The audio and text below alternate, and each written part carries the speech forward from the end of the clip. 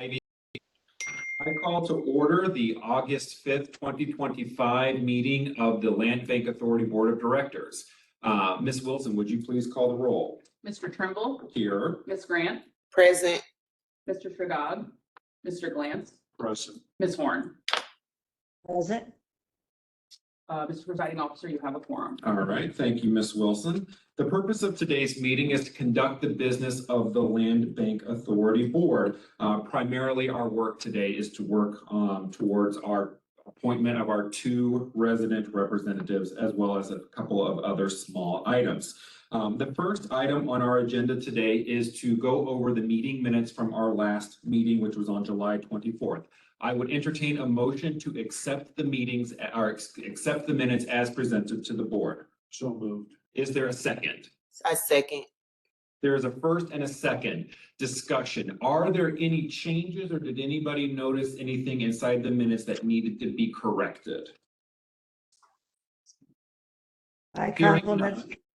Oh, yeah, go ahead, Member Horn.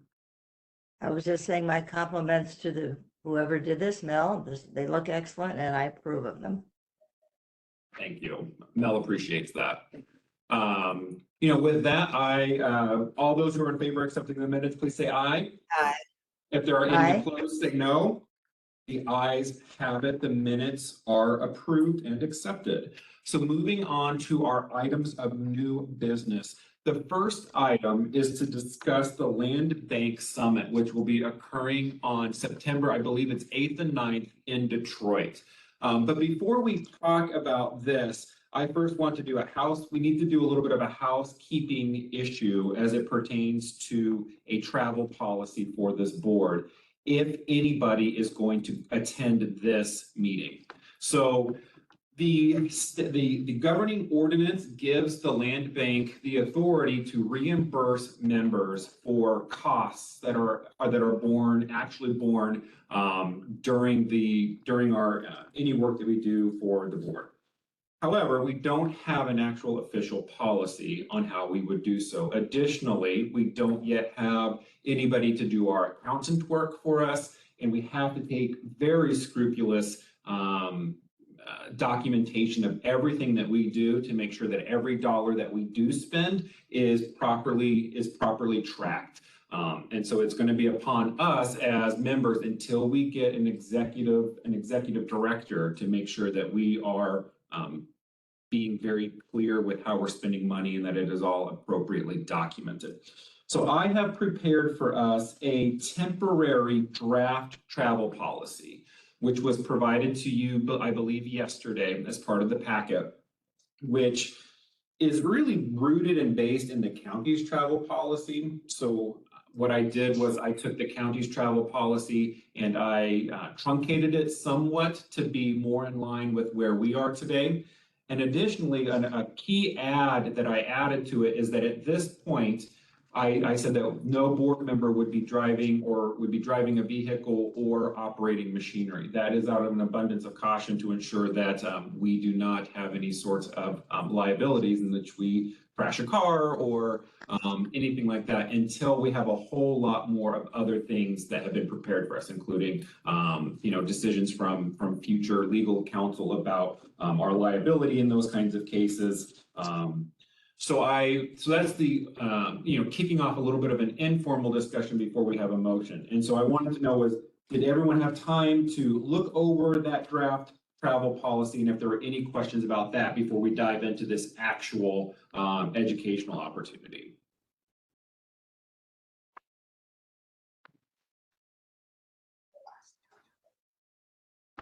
I'm going to take silence as relatively that folks feel relatively comfortable with what was provided. And again, I did this rooted. It's a lot of this is verbatim from the St. Louis County travel policy is what this mostly is.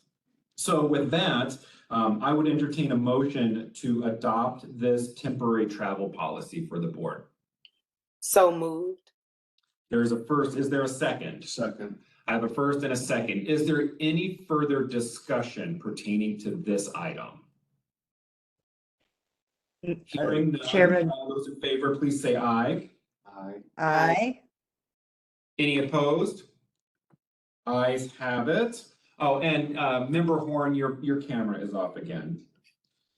So what we would, so this draft, or it's not a draft any longer, this temporary travel policy describes what items would be reimbursed for any member should a member decide to go to this educational opportunity. So this was brought to us by the Land Bank. The Land Bank Coalition has been, many of them are members of the Center for Community Progress, which is a nationwide nonprofit that helps land banks, helps local communities deal with vacancy, helps really trying to stabilize and revitalize communities that have seen disinvestment.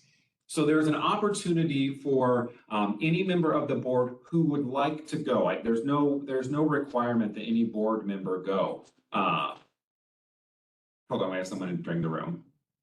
Oh, hello, everybody. How are you? Hello. So we have, members Grant and Horn, we have some additional members from the audience who have joined us today. So the 2025 National Land Bank Network Summit will be occurring in Detroit, September 8th and 9th. And while no member is required to go, we have an opportunity to go and join this, join this relatively smallish group of folks who are really doing a lot of really good land bank work to learn some best practices, to get some networks started. And so I just wanted to throw that out there for any board member who is interested in attending this. I wanted to see if there's any interest today, and so that we can then work from there about getting travel arranged and any sorts of things that we need to produce to be ready for that. I have to say, I will actually be on vacation out of the country and for most of September. So I unfortunately will not go because I would jump at this opportunity, but I can't change my travel plans for that. So. Do we have a date that we need to decide by? I do. There is a registration date. It has been relayed to the board that the organization will give us early bird rate. Of course, at the same time, it's a relatively small difference. But the latest it appears to be is August 29th is the end of registration for the to attend the conference. I shouldn't say conference, to attend the summit. Okay, perfect. So we don't have to decide today, but I do want to make sure that the board is aware of it. And as per the temporary travel policy that we just approved, understanding that it is absolutely critical for us to be very transparent about how we spend money and to be very scrupulous with the way that we document every expense that we make. And so this would be similar to the county. We would pay for a coach fare to the summit. There would be a per diem per the general service agencies or administrations, per diem rates, and some making sure that there is no cost to the board member, but that the costs we do reimburse are as minimal as possible. And Chairman, I do have a question. I know in the policy, it did say that the board would pay the flight directly. Would we get in contact with you if we do decide to go to have the flight booked? So what we actually would do at this point is that it would, because the land bank does not yet have we don't have the bank account available yet to do this. Really, the board member who elects to go, any of the board members that elect to go would have to pay for it, and then the land bank would reimburse you for those costs. Okay. But thank you for bringing that up, because one thing I want to state is it may be a few months before each of us gets reimbursed who goes, and the reason for that is just based on the fact that it's going to take us a little while to get that money to get and to do that. So I appreciate you bringing that up, because any member who goes needs to be able to bear that cost for at least a couple months until the land bank is able to reimburse you. Okay, thank you. Yep. Mr. Chairman, I would just note that I have had the privilege of attending 2 or 3 different conferences, one here that the center has put on, and have had a lot of experience, and they're wonderful opportunities, but I feel like I would not do this one because of my attendance at previous similar conferences and panel discussions. I appreciate it, Member Horn. Have a tough time working that into my schedule this year. I understand. It's a, short notice.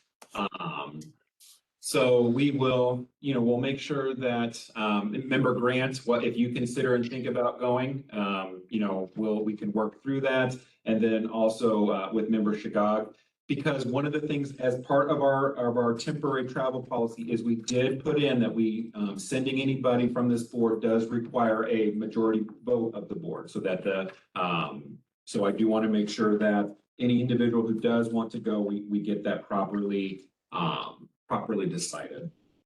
Okay.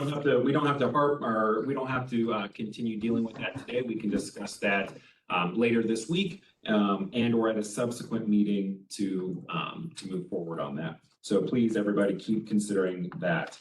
So moving on, since there's no need for a motion on this item, we can move on to our next item, which is really the big main reason why we're here today, which is to the consideration of membership applications. So you all have we received 25 applications for our 2 open board seats. So Mel Wilson, our temporary administrative officer, she submitted all 25 of our applicants to the board. I will say, we have some really strong candidates in this crop of 25 folks. So I feel confident that we're going to be able to get 2 really great board members to complement this team that we've got. So I want to first talk amongst ourselves about how we want to move forward, and I'll tell you sort of how I've thought about how we can move forward through this, which is, first, I want to sort of cull the universe of these 25 folks down to the folks that we actually want to discuss, because many of these folks do not meet our minimum qualifications for being board members. And as such, we don't need to exercise too much time going over them. But otherwise, what I'd like to do is just to go through each person in an alphabetical order and just sort of hear from board members the opinions, thoughts, and sort of we can move people up and down the list of our top candidates, because what will happen is that after this meeting, we will have a motion to accept the top candidates that we want to interview. I'm really going to encourage us to try to keep it to maybe 5 or 6 people to interview in person. And that's what we'll be doing on Thursday and Friday. So culling this universe down to our top picks and then chatting with those folks individually. But so before we go into our 25 candidates, I'd like to just, open it up for you all, how you all would like to conduct this decision-making process, if you have any additional thoughts. Mr. Chairman, I personally know several of these people. Shante Bird was one of the founding members of the coalition and is an attorney and extremely knowledgeable about this issue. The Land Bank Coalition met for about 4 years. I joined them about 3 years ago, and she'd been one of the founding members of that coalition. She's also an attorney. So I do want to put in a word Member for her Horn, your there. camera's off again. Why does it keep going off? I keep turning it back on. I don't know why it keeps going off. It's the fault of my little kind of tablet.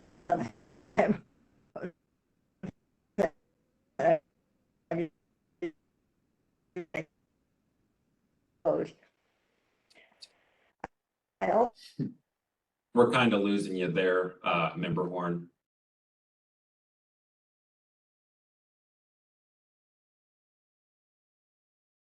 While Member Horn is working on her connection, Member Grant, was there anything you wanted to add to, or does that sound like a reasonable way to move forward through our list, or? Yes, I was gonna agree that I think we definitely maybe shouldn't spend as much time on people who are not even within the top 20 municipalities. And because Yeah. we already know that focusing on narrowing this hard list down, because I also know a few of these people who Yeah. are very well qualified. So even being able to get through, I think it's 15 of them. Yeah. So focusing on trying to narrow that list down. Yeah. If there's general consensus, Member Glantz, do you feel comfortable with this Well, method? I would think that we would want to interview, I think there are two attorneys. There are two attorneys. I think we need to interview both attorneys. I think I'm relatively in concurrence with that. Member Scott, how are you? Hey, I got lost, man. Oh, you're good. Come on in. Yes, would you please note in the record that Member Shagag has joined at 9:21 PM. Gosh, 9:21 AM. That me. So Member Shagag, just to give you a little bit of recap, is that we've gone over the Land Bank Summit. We talked about that a little bit, and now we're just now getting started in the real business of talking about the 25 applicants that we've received.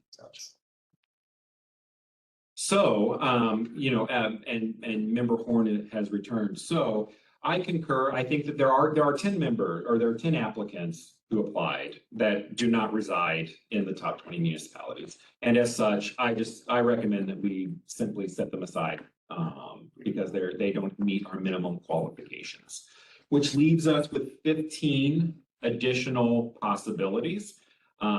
And I have all 15 of these individuals here on the board so that we can, we can talk about them. I just wanted it as a visual here. But I would say that going through them alphabetically and just sort of talking about people's thoughts, seeing if if we have a general consensus around top candidates that we all generally concur with. And if there's not a concurrence, that's okay too. Sorry to interrupt. Yeah. Because one of our members has to be an attorney. That's correct. So if you could separate out the two attorneys, So Shante Bird is an attorney. Karen Jordan. Yes. This is the attorney, and Aaron Jordan is an attorney. So both of those are our two attorney applicants. But before we get in, I want to thank Mel she produced the maps that are in your packet. I thought it was really helpful to show the geographic distribution of where our candidates came from. And also she put together just a couple of these informational maps as it pertains to population in these as it pertains to these the delinquency issues in each of these communities. So Mel, I really appreciate the work that you did on that. My Thank you pleasure. on behalf of the board. Those are terrific and very helpful. I think it gives us it gives a good information. And also I think just visually seeing the 20 municipalities and where they're located, that in and of itself was also really valuable for me as a board member. So with that, if we're comfortable with that, I would start with Ms. Crystal Avery Morris. I will tell you, I was really impressed with Avery Morris's credentials. I was impressed by her interest. I will also say that she's worked with the planning department on STL code 2050. So she has been working with us on the comprehensive plan. So she's knowledgeable about long-range issues. And I just really thought that she was a really great candidate. But I'd like to open it up for, if anyone else had any thoughts. One by one. Yeah, I'm hoping if you all feel that, if you feel that's okay, I want to make sure that we give each of these people who applied to us, an opportunity for us to sort of go over them. I would agree with your assessment. I'm familiar with Miss Crystal as well, and I think she comes with a wealth of knowledge in housing, development, reinvestment Mm-hmm. from her capacity think it's Commerce. Mhm. And I've worked with her on plenty of occasions with home ownership, revitalization, and things of that nature. So I think she'll be a good asset. I I think definitely agree. I personally know Crystal as well, and she comes with a wealth of information from lending, especially from multiple different banks. So I think she would definitely be a great asset as well. what I'm hearing is that multiple of us have had good professional experiences with Miss Avery Morris, and that we all seem to, many of us seem to. Did you have any thoughts on Miss Avery Morris, Member Horn? I do not know her, but I'm impressed by what you all are saying about her, so I certainly would agree with your consensus there. Okay. Moving on to our next applicant in terms of, is going through them alphabetically, we have Jacqueline Buck Horton. I do not know Ms. Buck Horton, but I was also impressed by her background with her work as a community development specialist with Sterling Bank in particular. She was there for a number of years. I liked her letter of interest. So she was also someone that I thought she's had board experience with Beyond Housing, Community Lane Trust Board. So she's had some good experiences. But I'd like to hear if anyone else has any thoughts or comments. I also do know Miss Jacqueline Buck Horton, so this makes it very difficult for me because I think they're both great, especially in the area of community development, housing, in the banking area. So I would definitely suggest both of them, Mhm. and maybe we can interview both of them and then, go from there. Yes, and we will want to interview more than just the top two. We will want to interview the sort of top, I think 5 or 6. And what I liked about both of these two candidates is their background in housing and lending, and sort of some of that banking background, I think would be really valuable. Absolutely, I agree.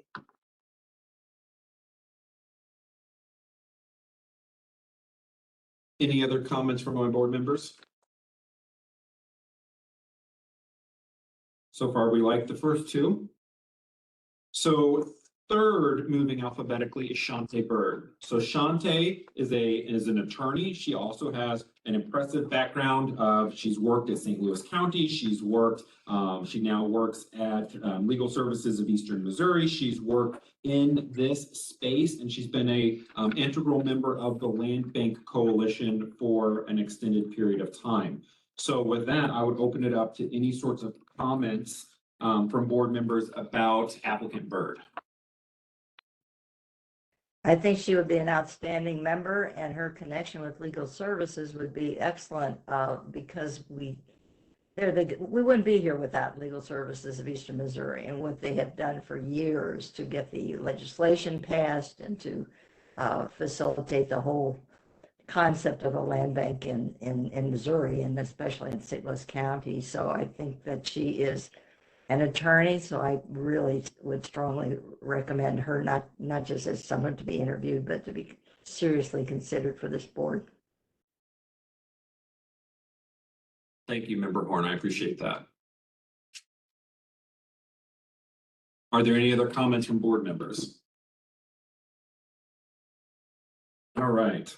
So moving on to the fourth individual, we have Christina Dancy. So Christina, from her I do not know her. From her application, she said her occupation was in financial services. And then if you look at her resume, she has been working at US Bank in their consumer engagement. She's been also doing community impact as a program manager at Edward Jones. So she also has some experience in the sort of general field of these sorts of issues. So with that, I'd open it up to comments or thoughts from board members. I also do know Christina from the aspect of real estate. I know she works with the Urban League Housing Department often Mhm, and is in community development for real estate and home ownership. mhm. So I think she's kind of in the running with Is she, Crystal and Jacqueline. So, Okay. you know, So I'm hearing nothing but good things so far about all of our candidates. I know it's so hard. Any other comments from any board members? Mr. Yeah, I think my going in and out here, I have an unstable, unstable connection. It's telling me and my camera keeps going off and I keep putting it back on again. Are you telling me that she's currently unemployed? You Oh, said she no, had I believe she's currently She's employed. with US Bank. Employed. Yeah, she's with US, she's currently with US Bank. Thank And a, you. and a host of other volunteer Right. activities as well. Thank you. Yeah. And again, and just to restate because I'll state it for the first time today.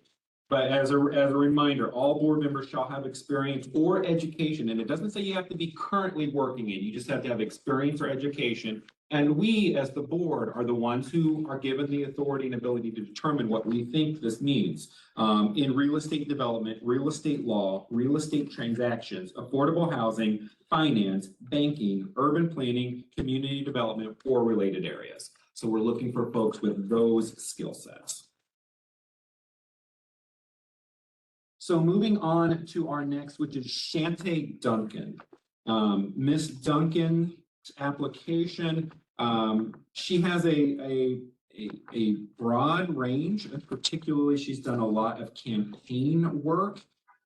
So, you know, this was an applicant that for me personally, while she has a strong background in, I think lots of community groups and sort of helping build community, I was uncertain of the strength of her, skill set to be put for the board, but I'd like to open it up to members if anyone else had any sorts of other thoughts about Ms. Duncan. I would say she's outside of the political organizing, she's definitely a entrepreneur that does have business and I guess self financial experience, you know, managing businesses, I think. Almost 2 decades, I Yeah. think. No, she got an impressive, and I love her. I think she's the one that started Shira, which I think that she's got a great entrepreneurial background, and she's obviously deeply cares about the communities that she's involved in. So I don't, and I want to make sure that, you know, that I'm clear that all of these 15 people are stellar folks. I just want to make sure that the folks that we put on the board are going to have the most germane and most applicable experience to what we need. And if you all are familiar with NBC reports, you know, she's been on point, been managing, accounting for money and things of that nature. So that's it. Yeah. Mr. Chair, Yes. Mr. Chair, I would just like to also just tell the other members that we should all be considering these people. We're going to need an executive director and some staff, and these resumes, we might want to, you know, keep her. You're breaking up again, Member Horn, but I think the point is well taken, which is that we are going to need an executive director. Oh, And yes. Right now, we want to keep these resumes in mind, and we're getting some sterling comments about some of these applications. We are going to need an executive director and other staff members down the line somewhere. that's right. So these folks may be, you know, a good base to go back to if they're looking for a professional opportunity to work for the board as the board continues to get stood up. Are there any other comments about applicant Shante Duncan?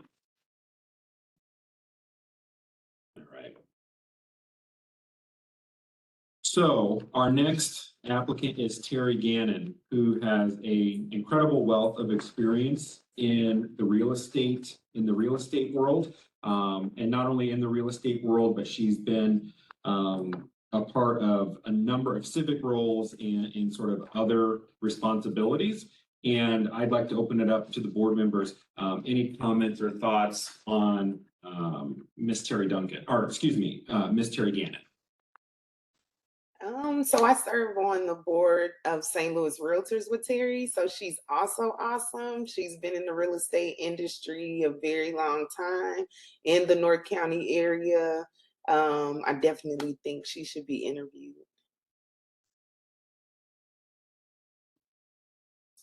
And I would add also that Ms. Gannon has been a very active and present member of the Land Bank Coalition for years, I think since its inception.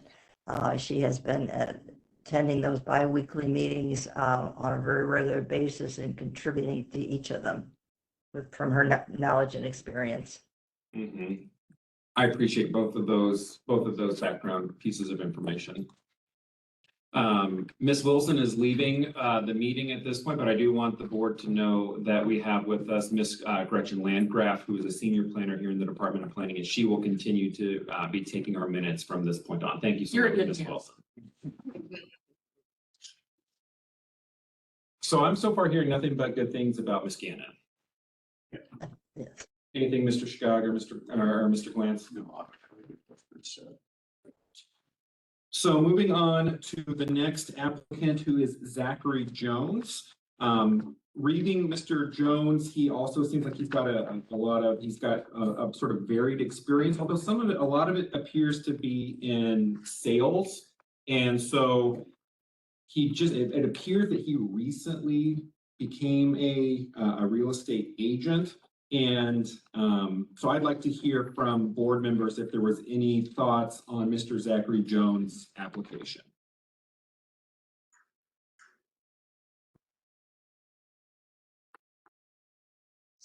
I will say that for me, Mr. Jones's application, while again impressive, he did not rise to the top for me for consideration to join the board, especially in light of these other members that we've already talked about and their deep wealth of experience in this area. I was gonna say, one of the advantages or disadvantages is there's so many strong candidates I know. that the less qualified candidates almost stand out. Mhm. And I'm not saying that that's necessarily a bad thing, and I think we should keep these things on file. Yeah. For future opportunities, but there are so many strong candidates. I concur. So, I think we're saying the same thing. yeah, May I ask a question? of course. This may be off topic. And the maps just reminded me, Mhm. like there's a lot of vacancy in unincorporated. There it is. In fact, unincorporated is actually somewhat more disproportionately impacted than most of our communities. So was unincorporated vacancies also incorporated into the law? So the land bank will have authority within the entire territorial limits of the county, but do you mean like as we're making the selection, can we choose people from unincorporated? So the ordinance was clear that it has to be someone from one of the top 20 municipalities. So the individuals cannot reside in unincorporated St. Louis County. So these two members do have to reside in one of these municipalities. Gotcha. Which, there's a wisdom to that policy, but that can always be revisited by our electeds at some point down the line. But in the world that we have in front of us, it's these 20 munis. So moving on to our next candidate, who is Karen Jordan. And like Member Glantz had stated before, Karen is an attorney. She also is a partner. She has a deep well of experience. She's at Denton's. She's a managing partner at their St. Louis office. She has a lot of experience in finance, real estate. And to me, she's an extremely, on paper, looks like to be very competent and an extremely strong contender. And because she's one of our only two attorneys, I think she really deserves to be interviewed. as I said. I definitely agree. And I love the fact that she has experience in nonprofit governance and project financing. Yeah, Just looking at everybody's experience once we really get into the nitty gritty of bylaws and really having to structure everything. She does have a wealth of knowledge in the area that we're about to tackle when it Yeah. comes to law and what she focuses on. So I Yeah. definitely agree. And I think it's incumbent on us to interview both of the attorneys. I think I generally concur with that as well.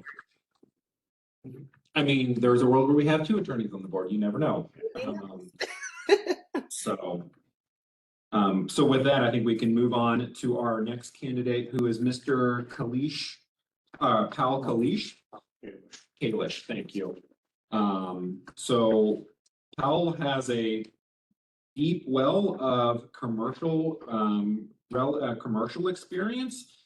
He has been a developer. He has a lot of real estate experience, but I'd like to open it up to board members, as a, any sorts of thoughts about Mr. Kalish. I know Powell, I know his mother. I think he's a strong candidate.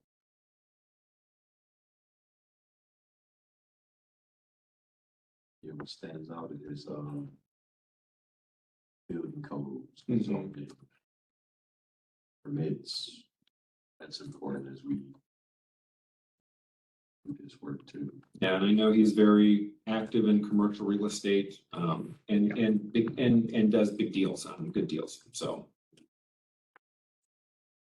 Any other comment on, Mr. Kalish?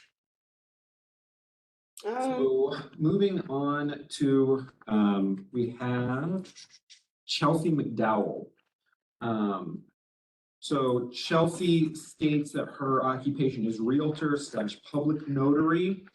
She additionally has some background with, in financial, so she was with Wells Fargo.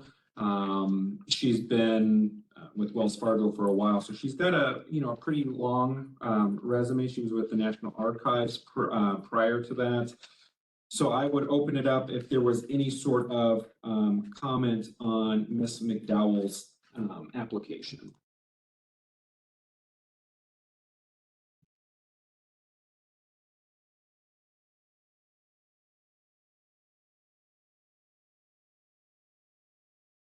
Mr. Chairman, we did not seem to be getting very far at getting this list of 15 down to 5 or 6. Well, we'll get there. We may have to come at it. And I figured it would be an iterative process. I think we'll get it down. I want us to get through basically this is our second cut of the universe, and then we'll rank the folks that we are, and it'll be tough, but we'll rank the folks we want to get down to. Hearing not a whole lot of comment about this application, again, while impressive, a great work experience, this was not an application that rose to the top for my consideration. I agree. So moving on to Denetria Neal. So Miss Neal, she did not on her application indicate her profession, but she does have a resume. She, she does have a background with school districts, so the North County Innovative Schools. She's been with Family Forward. So she does have a good nonprofit background and, a lot of work in that sort of field, including in her letter, she notes her advocacy policy and community organizing. But I'd like to open it up to board members if there were any sorts of comments about Ms. Neal's application.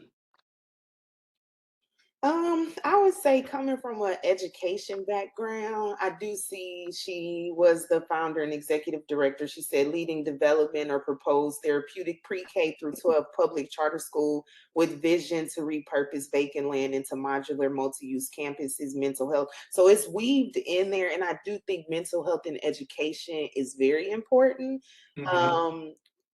I don't know. It can get difficult because when we talk about community development, I think it is important to have education and kids in mind too as we go forward.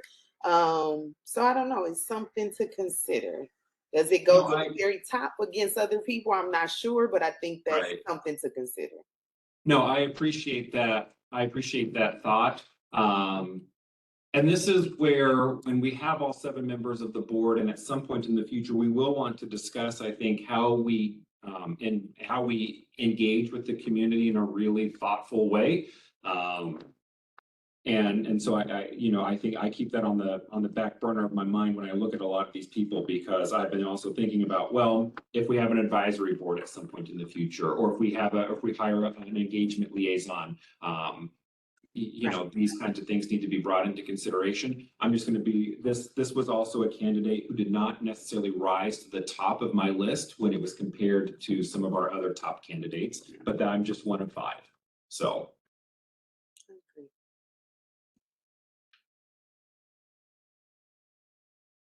but with that, I will take, no further comment on that one. If, as moving forward to our next candidate, who was Rana Novi. So Rana also on her application did not note her occupation, but her resume does say that she works in cybersecurity at AT&T. She's been working in that kind of field for a while. Her background is a master's in in business administration.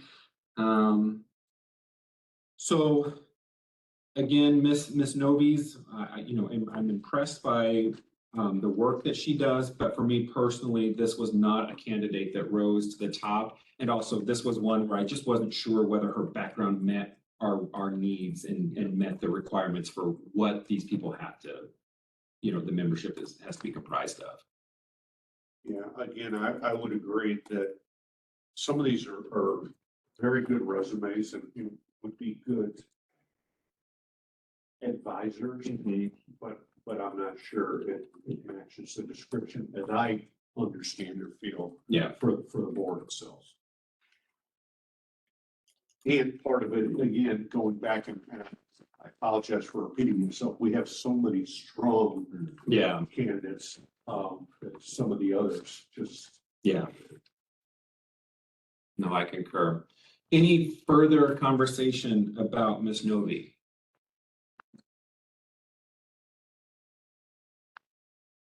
So we have next, Lauren Richmond, also on her application, she did not note her occupation. But then if you go to her resume, she does have quite an experience working in the private sector of branding and marketing. Quite impressive, to be really frank. I know I'm using that word a lot today, but these people are all really excellent. She does have a master's of business administration and a bachelor's in marketing and communication. I would open it up for any sorts of comments from board members before I make any additional comments.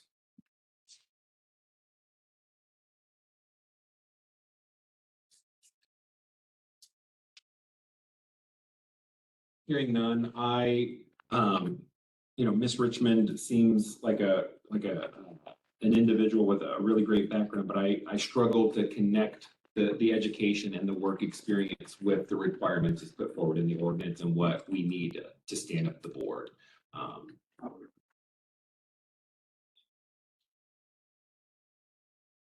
So we have Raina Stovall as her occupation. She noted that she is a business owner. Then if you go to her resume, she currently works as an administrative professional in a law firm. She's worked various administrative professional positions. She's got a bachelor's in business administration and specifically in accounting. And she does have training as being a payroll professional. But before I make any additional comments, I'd open it up to the board members.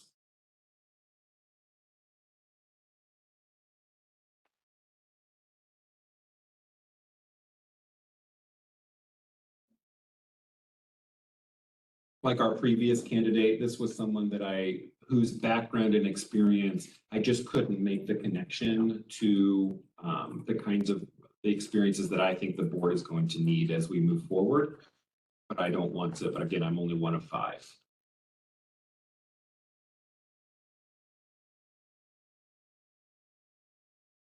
But hearing no additional comment, I think that we can move on to our next candidate, who is Janelle Stowers. She does note that her occupation is a real estate broker. She does have a master's in business administration with an emphasis in finance.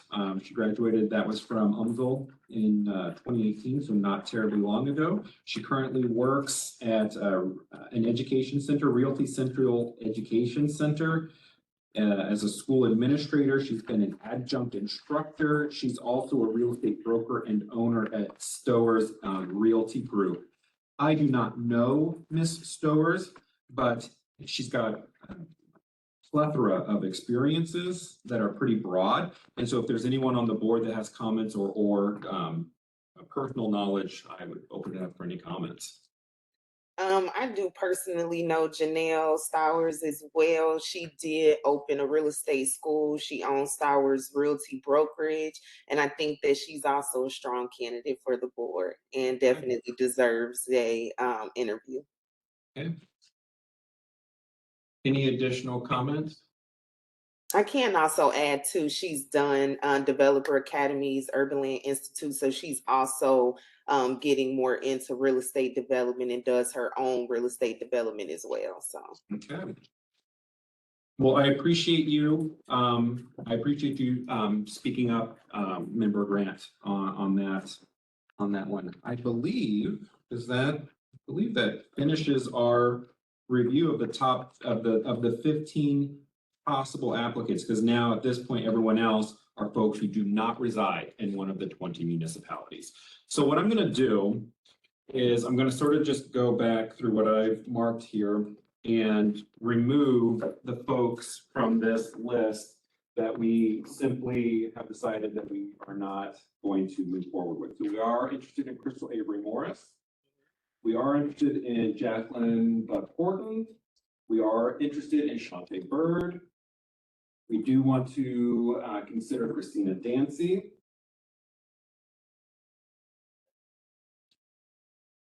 We were not wanting to move forward with Shante Duncan. We do want to consider Terry Gannon. We did not want to move forward with Zachary Jones. We do want to consider Karen Jordan, McDowell. Oh, Kalish. So then we do want to move forward with, yes, thank you, with Hal Kalish. We do not want to move forward with Ms. Neal. We do not want to move forward with Ms. Novi.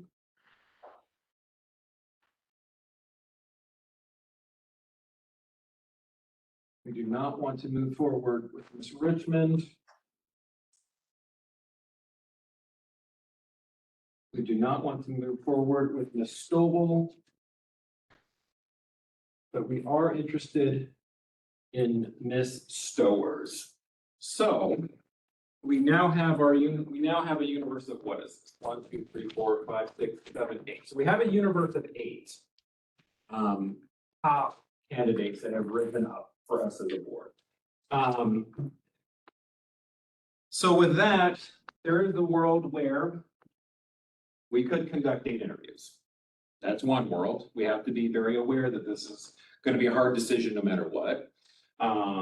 And we want to try to get these done Thursday and Friday so that by noon on Friday, we have made our decisions on the two applicants.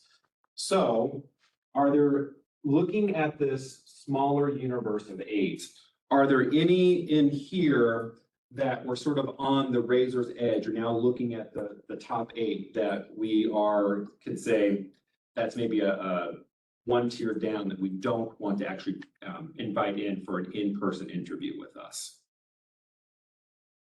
Mr. Chairman, I note that we definitely want people knowledgeable about the realty world, but there's also conflict of interest to keep in mind here, because anyone who's a realtor is going to have some built-in conflicts of interest. Is that not correct? Well, the board will have an opportunity to, once we create bylaws, we're gonna have to have a very strong sort of ethical component to our bylaws and to a conflict of interest. Of course, like a lot of boards, it's gonna be incumbent upon the members to conflict themselves out if they know that they have a conflict. So these individuals are going to have to make in some ways that understanding of how much of this they're gonna have to either recuse themselves professionally from engaging in some of this work, or they'll have to recuse themselves from board decisions for anything that they, and some of that could come out during an interview. Because one of the next question after we determine the universe is we're probably going to, not probably, I would like for us to have at least a baseline number of questions that we ask all of the applicants. Now, the conversation will morph based on each of these people, but I do think we need to have a baseline that we ask at least a certain number of the same questions to every board member, potential board member. There's, out of the 8, there's 4 that I would say that we should consider strongly. And before I suggest those 4, I would say that those that have the real estate background or the broker, ins and out of real estate itself.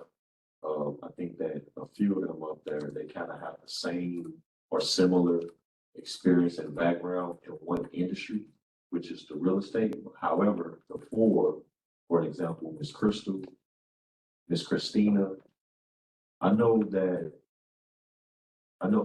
the reason why I suggest those 2 is because I know that they employer, their jobs. If I'm not mistaken, they assist with the Community Reinvestment Act. Mm-hmm. And so if we as a board was looking for financial partners to help us to restore and to revitalize possibly any of these vacant derelict homes, that they could maybe be, important assets to help the board, I guess, with funding per se. And then, of course, the 2 lawyers, obviously. Yes. Those 2 should absolutely just be mandatory on the side for us to interview. Right. Right. Yeah, so these 2 are an absolute must. Yeah. I will tell you, I'm gonna put another star by Crystal because I know, Crystal, there's a lot of strength to Crystal, so I'm gonna put a double star next to her as well. You can put a triple star, 1 for me too. So I would just move her over with the 2 attorneys. Yep.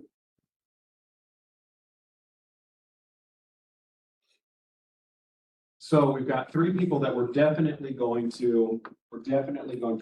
invite these 3 people. So of our remaining universe of 5 possibilities, does anyone else start to, because I don't think 3 is enough. I think we need to interview, I would guess at least 5.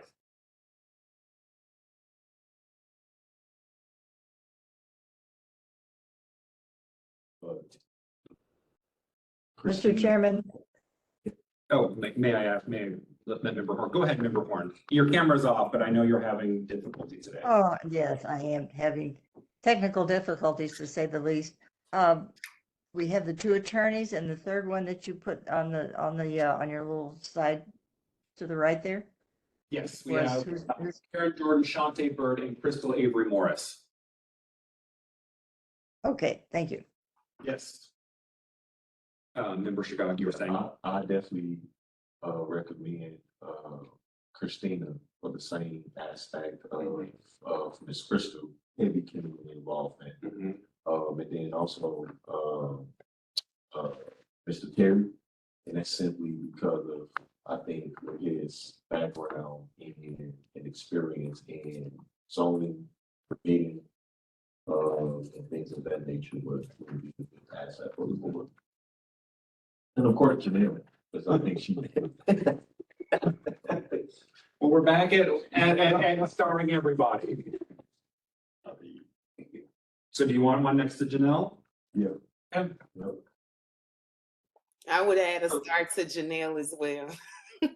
So we've got 2 for Janelle.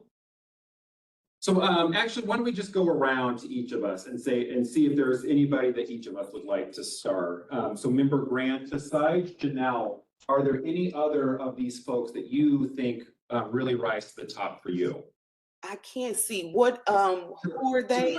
Paul Kalish, Jacqueline Buck Horton, Janelle Stowers, Terry Gannon, Christina Dancy. That's hard for me because I know them all except Kalish. I'm not familiar with him. But everybody else I'm kind of familiar with. So that makes it very difficult. And Yeah. my first thought was too, could we do 4 on one day, 4 on another day? And then let the interviews help us somewhat. That can be the world. I would recommend that we cut it down to perhaps, I would recommend we cut it down to 6. Because I will and all of you may be familiar with interviewing people. I will tell you, interviewing people is emotionally hard and it's hard work to really interview people well. So I think that if we can cut this down to 6, that makes our universe a bit more manageable. And I'm gonna be short on time on Friday. Right, we want to be done by noon on Friday. A little sooner, but Sure. Hard stop noon. I would put a star by Terry Gannon and Paul Kalish. What it's worth. I also, Mr. Kalish, he's got a good commercial background, which is a different perspective than some of us have on board. I don't have a strong commercial background in that way. So he is someone that I have interest in. And to be really honest, Ms. Gannon here also rises. She's got a lot of really great, she's got really great references. We've got some of her references here in the room. And I know she's been deeply invested in this from the get-go. So.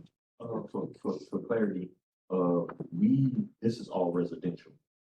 These are all residential properties that we are.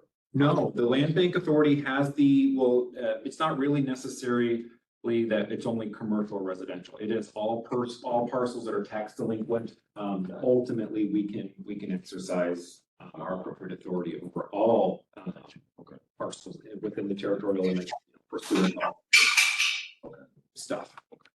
So which is great because that means that we're not just looking at just residential parcels. When we really get to implementation, it's across the board. Okay, another clarifying question. So is it, when you say the properties that are tax delinquent, those are the ones that are I guess in the post-start inventory list? Yes, that is, I think, and these will be decisions for the board when we're getting into policy decisions. But yes, tax delinquent, the post-third sale is going to be in a lot of ways where we get started from. Gotcha. Okay. I think, Mr. Chairman, for me, I don't know Kalish personally, but I think for me too, that was also one of the resumes where it was great. But if we do look at most of the tax delinquent properties, it is mostly residential in the areas. So he does have a lot of commercial experience and not as much residential experience, which I think is vital for the board to consider because of the amount of vacant properties that are residential. Understood. I appreciate that perspective.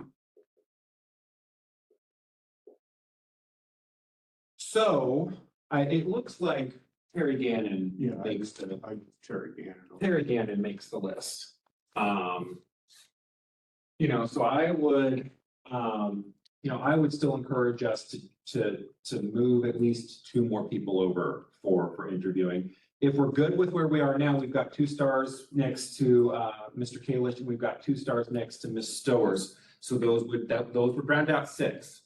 And it doesn't say anything about Ms. Buckhorton or Ms. Dancy, strong candidates. There's also the world of if for some reason we don't pull 2 out of this, we could come back to these other folks. Part of the problem is you have some really, really strong candidates. I would agree. I would move Paul Kalish over and the storage.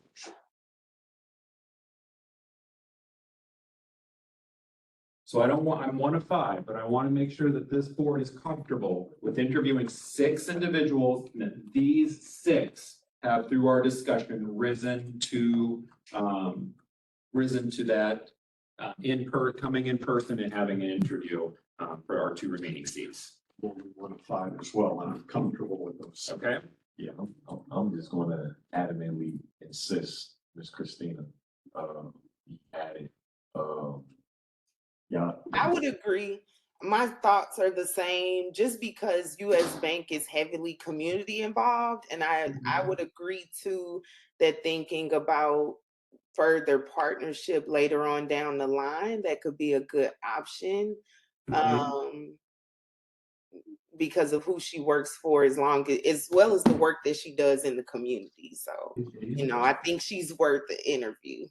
That's right. So I'm hearing a little bit of some strong feelings for Ms. Dingansey, but I do want to open it up to Member Horn, who has been, haven't heard any additional comments. Why don't you, Member Horn, do you have any additional thoughts? No, it's some tough going here, and I keep thinking down the line about recusals and conflicts, and even lenders might have that. I mean, everybody we're looking at is in the real estate business or a related business, and they all have the potential of conflict. So I guess we just have to work with that and use our bylaws to specify, as you suggested, Chairman Trimble. So I'm not, the only ones I personally know are Jacqueline and Terry Gannon and Shantae Bird. So I'm really don't want to speak to any of the others, but we do have, in my list, I think 7 or 8 here, and you wanted to have 6 of maximum, so. Well, I mean, that's my recommendation. So move Christina over, and we'll do 7 interviews. That's the, like, one extra one is not really an additional sort of imposition on us. Does this work? Is the board comfortable with conducting 7 interviews? I'm okay with it. Okay, so I would entertain a motion to, Before we do that, can I ask you a question? yes. I am gonna be, have a hard cutoff on Friday. Is it possible to do all the interviews on Thursday? Based on this discussion, I think we're gonna need some time Friday morning For deliberation? just to deliberate. Yeah, what I'm going to do is, should the board give me the go-ahead, what I'll do is I will call these 7 individuals. I will try, and I will tell them, if that is the decision we make, that we do want to have all of them on Thursday, all 7 of them on Thursday. I will set the times up for, spacing the individuals out, and I will encourage us, when you're interviewing this many people, we're gonna have to be, because these conversations can actually be really productive. They can be really thought-provoking and really great, but we're gonna have to be able to sort of clip these conversations, because it's gonna be a lot of conversation. And ultimately, we're gonna have a hard decision one way or the other.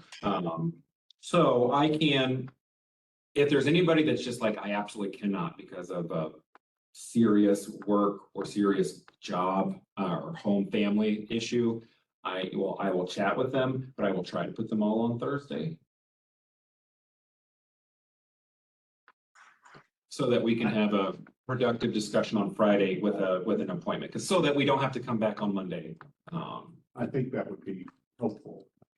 At least conceptually, I think that should be our goal. And when I chat with each of them, I will make it clear that Thursday, and then only if they start to waffle, will I say, if you're absolutely unable, like I want to say absolutely. And here's the thing too, if someone says, I absolutely can't on Thursday or Friday, to me, that also says I can't make the time to make the interview. That is in and of itself, because we are in a time crunch situation. That is in some ways a decision, because we have to, again, we have 7 days at this point to make our decisions. Were they made aware at the time of the application when the interviews were gonna be? No, individuals were not, because, I don't want to say because, they simply weren't. We just didn't know exactly how, who would be interviewed, other than it was, and I don't think the press release did not include it. The press release, I believe stated they had to be done by the 12th. Mr. Chairman, you were going to do a list of questions that everybody would be asked. You said we should have one. Are you prepared to do that for us? Let's talk, I'd like to finish this conversation, then we can come to the discussion about how to conduct the interviews. Okay. I think my thoughts are that I definitely can fit them in all on Thursday too. But once the slots start filling in, it kind of leaves other people no choice on time. And depending on if they have appointments or if they have prior engagements, that does kind of leave them with no room in their own personal schedule. So how would we go about the time frame and who gets what slot first? Will it be kind of like a jot form or a form that we fill out and send out and it's kind of first come, first serve? How will we go about filling the time slots? That's a fair question, and I will tell you how I had imagined doing so was calling each of these folks individually, letting them know how the process will go. And I was just going to set times because sometimes folks can just, slot themselves in. So that was the method by which I was going to do so. The time constraints are well taken, and there is a certain amount of, unfortunately, we simply are where we are, and trying to push this forward as quickly as possible, trying to be as fair as possible to each of these people. Yeah, I think a middle ground could be, we aim to do all of the interviews on Thursday, but we have 2 days to notify them. Thursday this week, right? Thursday. Yes. Yes. It's tight. That's a quick turnaround. So maybe if we leave, try to aim for everybody to do Thursday, but at least on Friday, that is the absolute. I mean, I'd set it up like Friday is a sort of a relief valve for somebody that absolutely can't on Thursday, and then need to set at minimum, I think, 60 to 90 minutes for our discussion, culminating in a. I'm gonna ultimately recommend a slate in that we elect them, the two of them by together I that have way. one other question. We technically can go into Monday, is that correct? That's technically correct. I would, on a personal level, I'm going to advocate for us as hard as possible to get it done by Friday. Yeah, just so that we don't like that. I want us to work towards a 12 p.m. Friday decision, knowing that if we absolutely had to, we could reconvene on Monday. And I'll put 1 of 5 also. I have a 12 o'clock lunch meeting on Friday. Sure. That's why. Mr. Chairman, are you thinking, I'm sorry, No, go ahead. are you thinking 20 to 30 minutes for each of these interviews? What kind of time slots? 20 is not long enough. 30 honestly is probably the absolute bare minimum, because these conversations could be really productive and really interesting. So, we're gonna but that is where we're gonna have to sort of say it's a clipped, it's a give us your best in 30 to 40 I was minutes. gonna say 30 to 40 minutes. Sometimes they can start to go a little long. Yeah. But you also don't want to cut it short. That's right. Because you can glean a lot of information. Right. And it's gonna be important for us. We don't want to let one person, someone like me, I can get really talkative and go down a bunny trail. It's like pull those people back and be like, we've got a lot of questions. Why? I don't want to say a lot because we have a certain number of questions and we want to get a broad amount of information out of you because someone may get down a bunny trail, but they're an absolutely stellar candidate and we don't want them to get off track. So right now, our time span really would be from maybe 9 to 12:30 or 9 to 1 if we try to fit all of them into Thursday, right? So Thursday, as per our last meeting, we have blocked off from 10 a.m. to 3 p.m. Oh, 10 to 3. Thursday, is what we have blocked off for the meeting, and then we have blocked off from 9 a.m. to 12 p.m. When I say meeting, it's really, it's a work session / business meeting. Okay. So, we've got 5 hours blocked out for Thursday, and then 3 hours blocked out for Friday. I think we can get them done. I do. I'm gonna push for, I personally am gonna push for, like, I wanna have a great weekend. I wanna be like, we got this done and we had robust conversation, and even if we weren't in total, maybe we're not gonna be totally unanimous, but one thing I wanna say is that once we have like, I personally would just wanna tell this board is that even when we have a disagreement and we just vote on it, but then we move forward together, with however the board moves forward. And so I look forward to, the conversation, because at these 7 people, I don't know if we can go wrong with whoever we get on here. Would agree. So, Ms. Grant, I didn't fully answer your question, but as long as you're comfortable with what I had planned to do, which is to call each of these 7 applicants individually, give them a little bit of a rundown of how it would go. And it is, I suppose, in some ways, it's a first come, first serve based on, I go down the list in alphabetical order. If that's, I just like to give a little bit, for something like this, I want a personal touch to be able to call these folks. Because even getting this far, I think is, I think these folks need to be thanked for giving their time and their interest. I agree. Do you need help calling, making calls? Well, I appreciate it. Let me try, let me do it. And then if I need it, can I reach out to you? Absolutely. Okay. But we do not yet have a motion on the table. We've been having informal discussion. I would entertain a motion to accept these seven applicants for interview and to authorize me to prepare to schedule them. So moved. Is there a second? It's been moved and seconded. Is there any final discussion on this topic?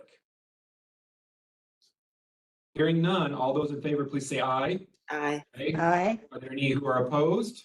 No, the ayes have it. I will, when we close out of this meeting, that will be essentially what I do, is start making phone calls. So thank you, everybody. So the next point is discussion of how we want the interviews to be conducted. I recommend that we do them in person. We can do them here in this room. We will provide, basic refreshments here in the room for us. But more importantly would be, what are the questions that we want to be asking these 7 potential applicants? And while we don't need to make the list today, right this very second, because coming up with a list of interview questions may not be, would be tough here on the fly. What I would encourage is that if you have an interview question that you think that we should ask all 7 of these members, I would ask that you send it to Mel Wilson, who is our temporary acting, what is her temporary acting administrative officer? So she's pulling all of our stuff together. So I will actually ask her to send out an email after this meeting and asking for you all to, if you have any interview questions, does that work for board members? Yeah. And then we'll create that, we'll have that universe of questions. And if you're comfortable with me just putting that together as a baseline, and then I can have that prepared for us on Thursday to sort of go around, does that, I know that means that all of you won't necessarily get to review them, but is that okay? Yeah, I would be okay with it, but I just recommend that as we compose the questions, that the questions be not all of them, but at least quite a few of the questions be based on the vision of this board versus more so than their particular, but we got the resume. Right. We're gonna ask the enemy, you know, At this level, we've decided you're qualified. We've Yeah. decided that any 7 of you could be on here. yeah, Tell us more about how you see yeah, the future. yeah, that's what I mean. I appreciate that because I like I that. agree. We don't need to hear their professional background. We have to- Let's just say time. And they all are exceedingly qualified. Right. I concur with that. Members Grant and Horn, do you have any additional thoughts on that? No, I agree. All right, so Ms. Wilson will send out an email to the board asking, soliciting board questions.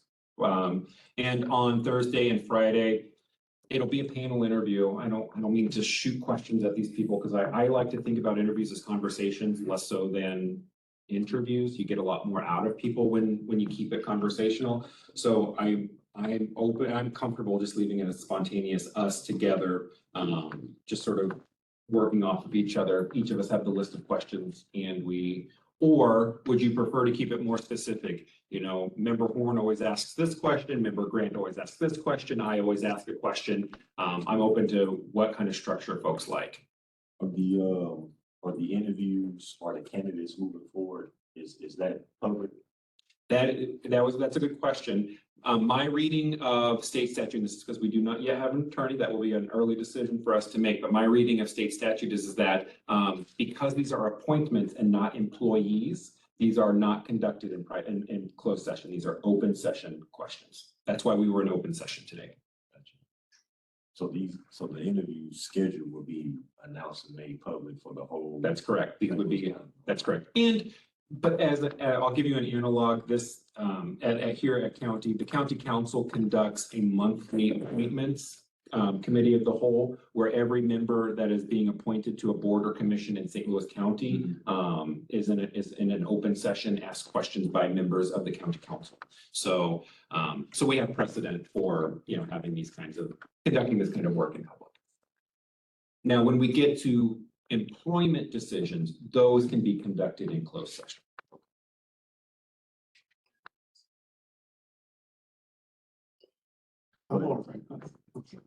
But the public can ask questions, it's only the. That's correct. It's only us. The public can they can watch, but they cannot participate. Okay. So back to, I think your question, could be wrong. I don't know that each of us that it has to be highly, that each of us ask certain questions. I agree with you, it should be more conversational and free flowing. Yeah. That's what I prefer. And just sort of see where, quite honestly, where the applicant Makes sense. wants to go. Yeah. Because I agree, we know their qualifications, their professional credential, Yeah. but their vision Yeah.